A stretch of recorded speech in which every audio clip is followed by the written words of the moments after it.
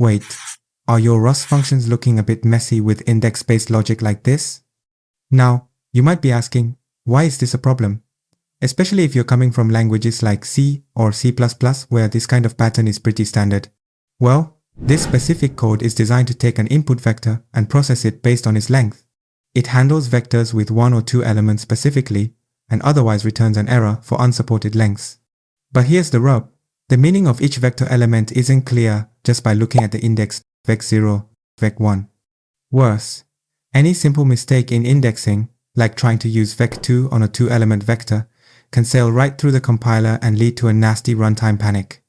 Or, even sneakier, a silent bug if you mistakenly reuse an index number when you meant to access the next element.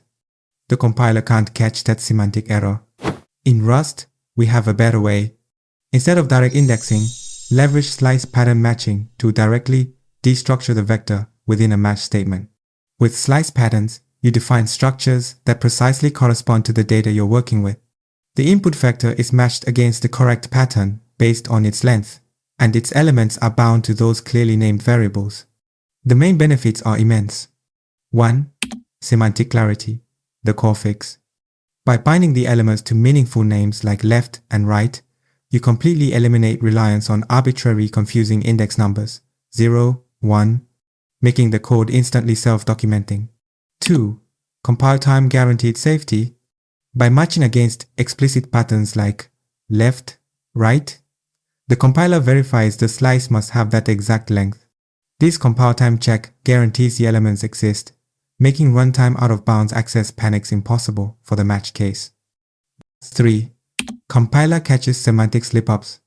You eliminate the silent bug of mistakenly using the same index number twice. By moving to named variables, if you accidentally repeat a variable, leaving one unused, the compiler will immediately issue a warning, for example, about the unused variable, providing a critical safety net that raw indexing completely lacks.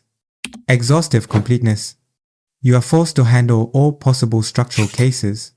For example, the catch-all, dramatically reducing the chance of an unhandled scenario slipping through.